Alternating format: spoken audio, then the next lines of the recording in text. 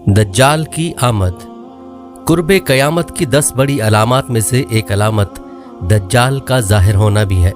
नाज़रीन इकराम, अगर आप इस चैनल पर पहली दफ़ा आए हैं तो सच्ची और सबक आमोज़ कहानियों के लिए चैनल को सब्सक्राइब ज़रूर कीजिएगा। आपकी मोहब्बत का बहुत शुक्रिया। दज्जाल का फितना तारीख़ इंसानी की इब्तिदा से लेकर इंतहा तक के तमाम फितनों से बड़ा और ख़तरनाक फितना है, जिसकी बड़ाई और शिद्दत का अंदाज़ा इस बात से भी लगाया जा सकता है कि हर एक नबी अलैहिस्सलातु वस्सलाम ने अपनी अपनी उम्मत को दज्जाल का फितना से डराया। दज्जाल का मायनी है बहुत ज़्यादा झूठा शख्स, क्योंकि दज्जाल भी हक के साथ बातिल को मिलाकर झूठ बोलेगा, इसलिए इसे दज्जाल कहा गया है। ये अव्वलन खुद को मोमिन जाहिर करेगा और लोगों को भलाई की तरफ बुलाएगा, लेकिन फिर नबूवत का और आखिरकार खुदाई का दावा करेगा। मशहूर है कि इसकी असल यहूद से होगी। हकीमुल उम्मत मुफ्ती अहमद यार खान नईमी रहमतुल्लाह अलैह फरमाते हैं, दज्जाल 2 किस्म के हैं, छोटे और बड़े। छोटे दज्जाल बहुत हुए और होंगे। हर झूठा नबी, झूठा मौलवी, सूफी जो लोगों को गुमराह करें वो दज्जाल हैं। बड़ा दज्जाल सिर्फ एक ही है जो दावा खुदाई करेगा। इमाम मोहम्मद बिन अहमद कुर्तबी रहमतुल्लाह अलैह फरमाते हैं, दज्जाल और कुर्ब क़यामत इसके ज़ाहिर होने पर एतकाद रखना बरहक, और यही अहले सुन्नत बिल अमूम फ़िक़हाए कराम और मुहद्दिसीन इज़ाम का मसलक है। मुख्तलिफ अहादीस में दज्जाल का हुलिया बताया गया है। इन तमाम को सामने रखने से दज्जाल का जो हुलिया सामने आता है वो ये है कि दज्जाल एक जवान मर्द होगा, दराज कद और एक आंख से काना होगा, और कानी आंख ऐसी होगी जैसे फूला हुआ अंगूर हो, जबकि इसकी एक आंख खून आलूद होगी। इसका सीना चौड़ा और ज़रा सा अंदर की तरफ धंसा हुआ होगा। दज्जाल की पेशानी चौड़ी होगी और दोनों आंखों के दरमियान काफ फे रे यानी काफिर लिखा हुआ होगा, जिसे हर मुसलमान पढ़ सकेगा, चाहे उसे पढ़ना आता हो या ना आता हो, और इसके बाल घुंघरियाले होंगे। दज्जाल के निकलने से पहले दुनिया की बहुत बुरी हालत होगी, जैसा कि अहादीस मुबारका के मज़ामीन से पता चलता है कि उसके निकलने से 3 साल पहले ही दुनिया में आम कहत फैल जाएगा। पहले साल आसमान 1/3 बारिश और ज़मीन 1/3 पैदावार रोक लेगी। दूसरे साल आसमान 2/3 बारिश और ज़मीन 2/3 पैदावार, जबकि तीसरे साल आसमान सारी बारिश और ज़मीन सारी पैदावार रोक लेगी, हत्ता कि आसमान शीशे का और ज़मीन तांबे की हो जाएगी। उस खुश्क साली के सबब तमाम चौपाए हलाक हो जाएंगे, फितने और कत्ल गारत गरी आम हो जाएगी, आदमी एक दूसरे को कत्ल और जिला वतन कर रहे होंगे। तब दज्जाल मशरिक की सिमत एक असबहान या खुरासान नामी शहर से निकलेगा। ग़िज़ाई कहत के अलावा इल्मी और रूहानी कहत भी बर्पा होगा। दीन के सिलसिले में लोगों में ज़ौफ़ पैदा हो चुका होगा। उलमा और दीनदार लोगों की किल्लत होगी। दज्जाल ज़मीन पर 40 दिन रहेगा, जिनमें से एक दिन 1 साल के बराबर, एक दिन 1 माह के बराबर और एक दिन 1 हफ्ते के बराबर, जबकि बाकी अय्याम साल के आम दिनों की तरह होंगे। इस मुद्दत में दज्जाल अपने गधे पर सवार होकर सारी दुनिया का चक्कर लगाएगा। गधे का जुस्सा इतना बड़ा होगा कि दोनों कानों के दरमियानी फासला 40 हाथ के बराबर होगा, और इस गधे की रफ्तार का ये आलम होगा कि 1 कदम उठाएगा तो 1 मील की मुसाफत तय करेगा, और रुए ज़मीन का कोई मैदानी, सहराई और पहाड़ी इलाका ऐसा बाकी नहीं बचेगा कि जहाँ वो ना जाए। अलबत्ता मक्का मुकरमा और मदीना तैयबा पर फरिश्तों का पहरा होने की वजह से उनमें दाखिल ना हो सकेगा, बल्कि मदीने के बाहर दलदली ज़मीन में पड़ाव करेगा, और मदीना पाक में ज़लज़ले के 3 झटके आएंगे, जिसकी वजह से हर काफिर और मुनाफिक मदीना से भाग निकलेगा और दज्जाल से जा मिलेगा। उस रोज़ मदीना पाक हर मुनाफिक और फासिक मर्द औरत से खालिस व पाक हो जाएगा। इसीलिए उस दिन का नाम योमुल खल्लास भी है, और बाज़ रिवायत के मुताबिक बैतुल मुक़द्दस और कोह तूर पर भी नहीं जा सकेगा। दज्जाल तरह तरह के शौबदों के ज़रिए लोगों का ईमान बर्बाद करने की कोशिश करेगा। हदीस मुबारका में है कि दज्जाल के साथ रोटियों के पहाड़ होंगे। दज्जाल के पैरोकारों के अलावा बाकी लोग सख्त तकलीफ़ में होंगे।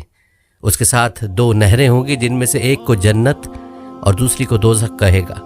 दर हकीकत जिसे वो जन्नत का नाम देगा वो दोज़ख, और जिसे वो दोज़ख का नाम देगा वो जन्नत होगी। उसके कहने पर आसमान से बारिश बरसेगी और लोगों के सामने वो एक शख्स को कत्ल करके फिर जिंदा कर देगा। दज्जाल के फितनों की वजह से अहले ईमान सख्त परेशानी और तंगी के आलम में भाग कर दुखान नामी एक पहाड़ में पनाह लिए हुए होंगे, लेकिन दज्जाल उनका पीछा करके पहाड़ का घेरा कर लेगा। अहले ईमान सख्त भूख और तकलीफ में मुब्तला होंगे। तब अल्लाह पाक हज़रत सैयदना ईसा अलैहिस्सलाम को नाजिल फरमाएगा।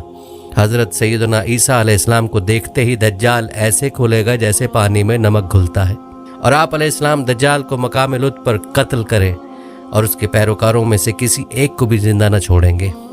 एक मर्तबा मैं समंदर के सफ़र पर निकला। मुसाफिरों की कुल तादाद 30 थी और हम सब एक कश्ती पर सवार थे।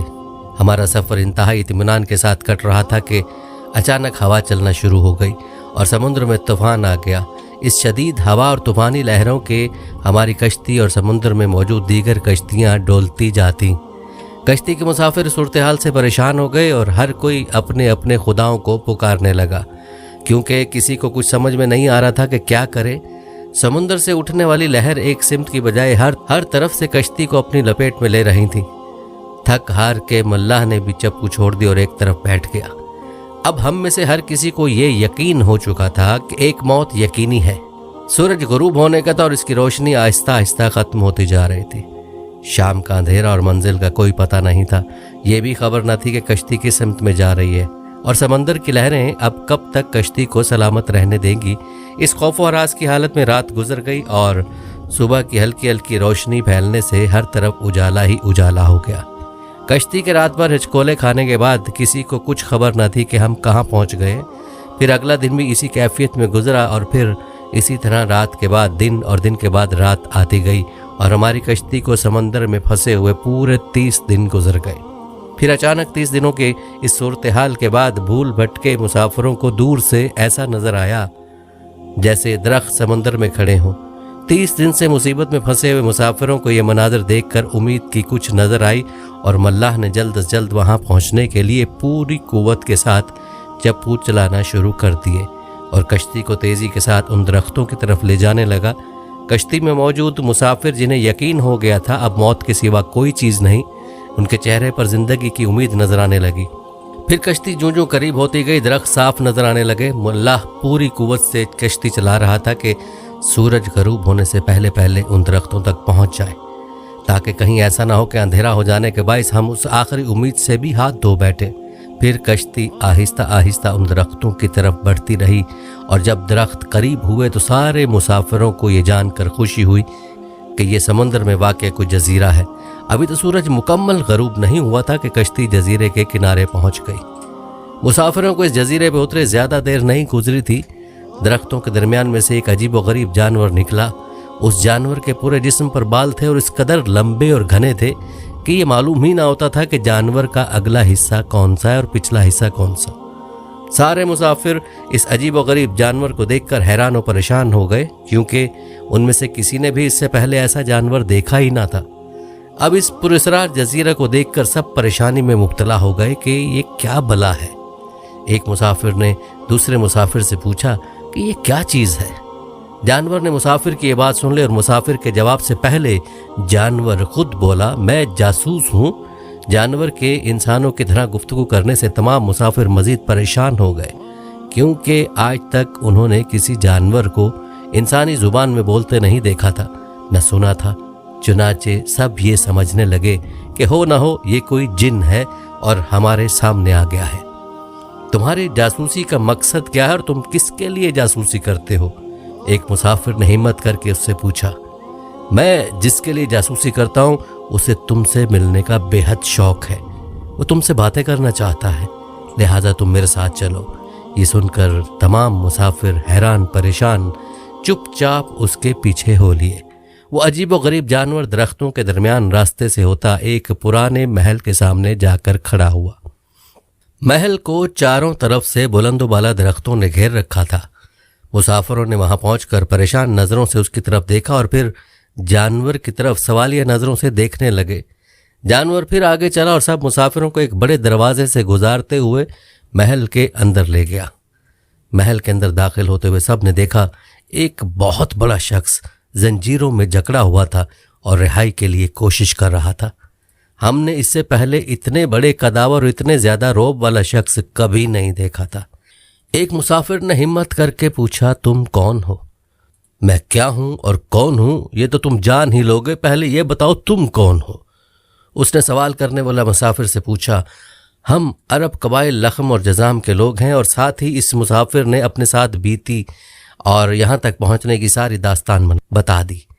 اس قید میں جکڑے ہوئے شخص نے کہا ذرا مجھے نخلستان بسان کے متعلق تو بتاؤ، اس کے متعلق کیا جاننا چاہتے ہو؟ ایک مسافر نے پوچھا۔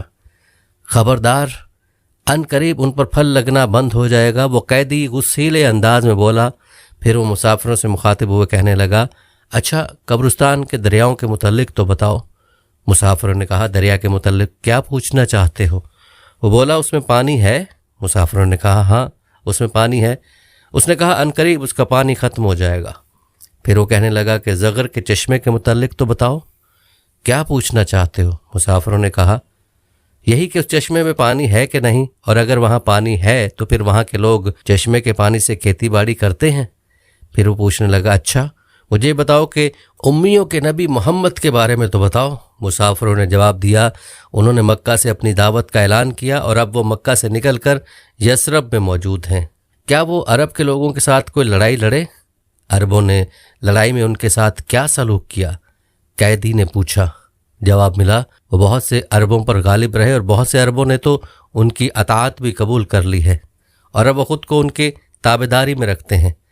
یہ سنتے ہی وہ غصے سے پھنکارا اور زنجیروں کو جھٹکا دیا۔